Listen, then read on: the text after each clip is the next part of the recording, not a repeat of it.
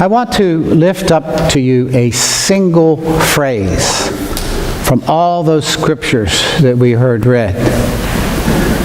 You know, there's that old saying about a word going in one ear and out the other. And unfortunately, when we listen to Scripture, a lot of it just kind of, it's hard to hold it all and keep it. So this one text, this one sentence, He, Jesus is able for all time to save all those who approach God through Him. For He always lives to make intercession for them. Jesus is able for all time to save all those who approach God through Him. For He always lives to make intercession for them. Jesus is able. Not sometimes is able, but for all times. Jesus is able. Not maybe. Jesus is able. Definitely. Jesus is able for all times, any time. Past, present, future. Because He always lives to make intercession. Jesus is able for all times to save, to make well, to make whole, to fill a person full of the life of God, the Spirit of God, the being of God. That the life of God is in them and with them. Jesus is able for all time to save all those who approach God, approach the divine, wish to be restored to the creative power that sustains all life, that their life might be sustained in it. Jesus is able for all time to save all those who approach God through Him. Because Jesus states that He knows the divine being He calls Father, a personal word, an intimate word. I know the divine being, He tells people in many places. I can introduce you. I can open the door for you. I can welcome you into the divine presence. I know the divine being.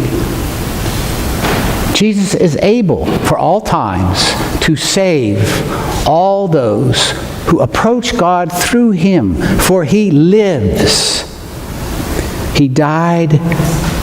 He lives for this. He lives for it. It's what He's all about. He lives to make intercession, to intercede, to open the way, to connect.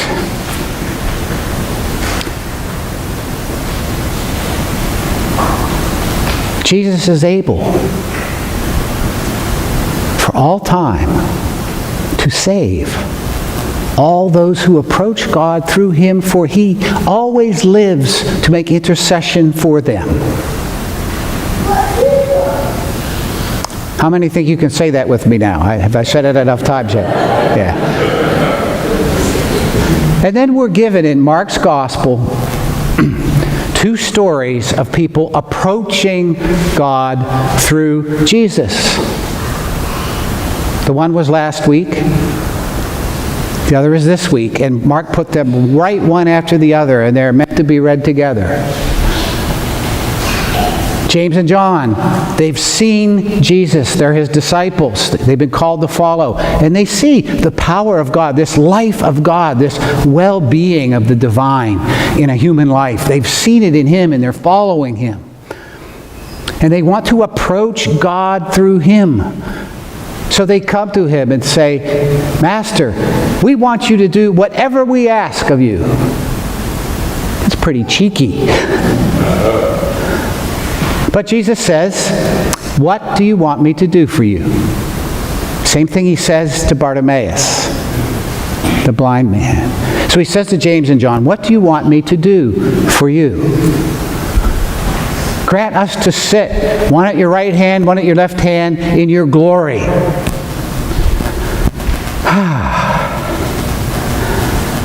They don't get it. But Jesus doesn't flunk them from disciple class. And instead of scolding them, he teaches them. He accepts their approach as mistaken as it is, as flawed as it is, as misguided as it is. And he responds. And he begins to teach them. And he'll continue to teach them until when he's brought to the cross, they run away from him. He still doesn't flunk them from disciple class. Because he always lives to make intercession. He's always interceding, going between us and the divine being. And he wants them to have that life and know that life. And for James and John, that comes in its fullness, begins to come in its fullness after his death and resurrection, when he comes to them again and he says, peace. And they begin to live as people filled with the divine life on the way with Christ. Salvation. It's a salvation story. Bartimaeus, he has heard about this Jesus of Nazareth. He's heard wonderful things. He's heard things that give him hope. God's power seems to have come among the people again. And so when he hears that Jesus is in his town, going by on his street in this huge crowd moving through Jericho on the way to Jerusalem, he cries out, Jesus, Son of David, have mercy on me. And we just heard the story. People say, oh, be quiet. Louder. Jesus, Son of David. I mean, you can hear him bursting his lungs to get through the crowd. Have mercy on me. We can hear his desperation, his pain, his hope. Jesus stands still. You've got to picture this humongous crowd, the noise, moving. Jesus hears this cry and he stops. You can kind of see everybody else take a couple more steps, kind of, whoa.